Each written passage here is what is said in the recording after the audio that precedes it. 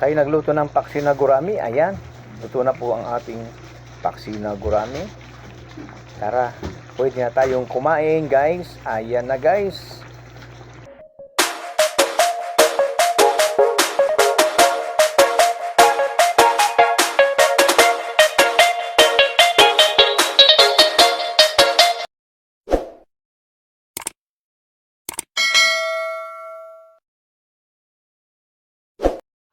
Magandang araw sa ating lahat mga kaluto. Magluluto tayo ng gurami. Ayan po ang ating gurami. Ayan po ang ating mga sangkap. Meron siyang lara, siling haba, meron siyang seasoning. Yan, may bawang sibuyas at luya. At ito naman po yung kanyang okra. Meron po siyang paminta. Ayan.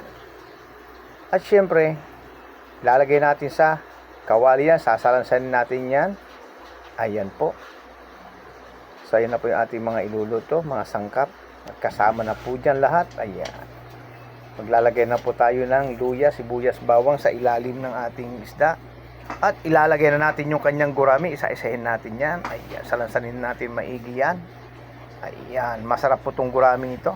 Kahit po siya ay medyo maliliit pa. Pero napakalasa po niyan pagka naluto na. So ayan guys. So ayan. Kayo po ba'y kumakain ng gurami? Napakasarap po niyan. Yung mga gaya ko pong taga-probinsya, kilalang kilala po yan. Kalinamnam po yan. Ayan po. So nilagyan natin yung nasalansan na natin yung isda. Ayan.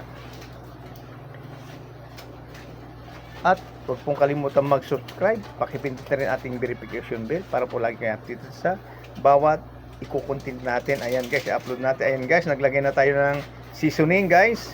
Ayan.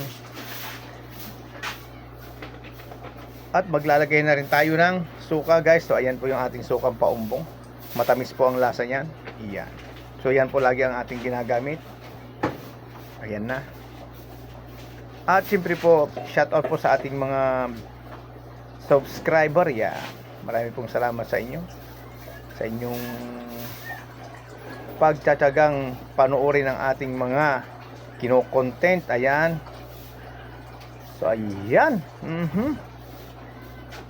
At maglalagay na rin po tayo dyan ng mga panibago pang sangkap. Ayan. So ilagay na po natin lahat yung ating mga pinaghihiwang sibuyas, kamatis at saka lara. At syempre yung pampabango talaga yung kanyang yan, siling panigang. Ayan. So nailagay na natin lahat. Salansan na rin natin yung okra. Ayan yung okra nya. Ayan. Ang okra daw po ay nakaka-cure ng sugar or yung may mga diabetic po yan, pwede daw po yan pang cure. Ayan. So lagyan natin ng sabaw guys. Ayan na po. Mamaya maya lang po ay maglalagay na rin tayo ng asin. Ayan. Hinahanap ko pa po yung asin, hindi ko makita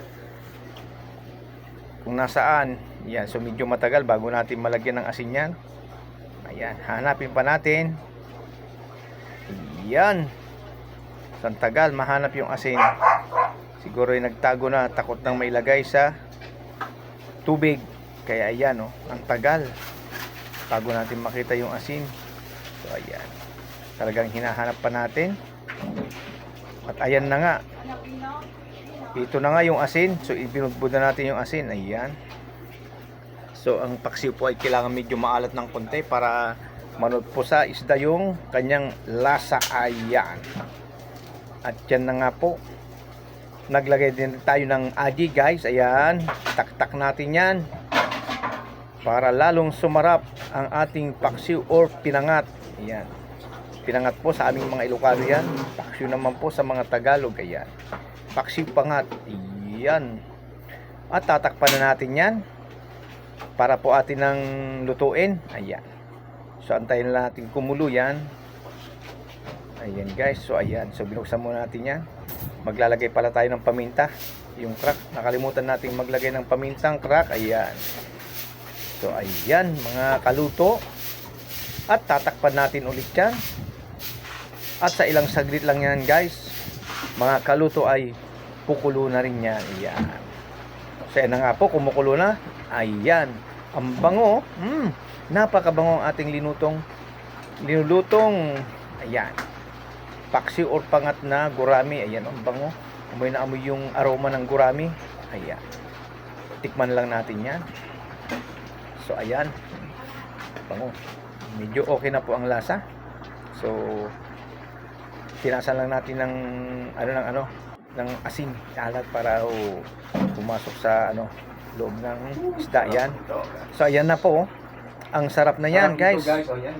O mga kaluto, ayan. So, ayan na po yung gurami. O, ayan. Napakalasa po yan. Napakalam po yan. Yung mga kumakain po dyan ng gurami. Talaga pong iba ang lasa ng gurami. Kakaiba ang lasa niyan sa isda. Yan po ay isdang tabang. Ayan, nakukuha po sa ating mga sapa, ilog, lawa. Ayan. Basta hindi lang po sa, huwag lang po sa maalat na lugar. Or, kasi po yan ay sa tabang nakukuha. So, ayan, luto na po ang ating pinangat na gurami. Ayan. Thank you po. At maraming pong salamat. Hanggang sa muli. At tayo ay magkikita ulit. Thank you. Bye-bye.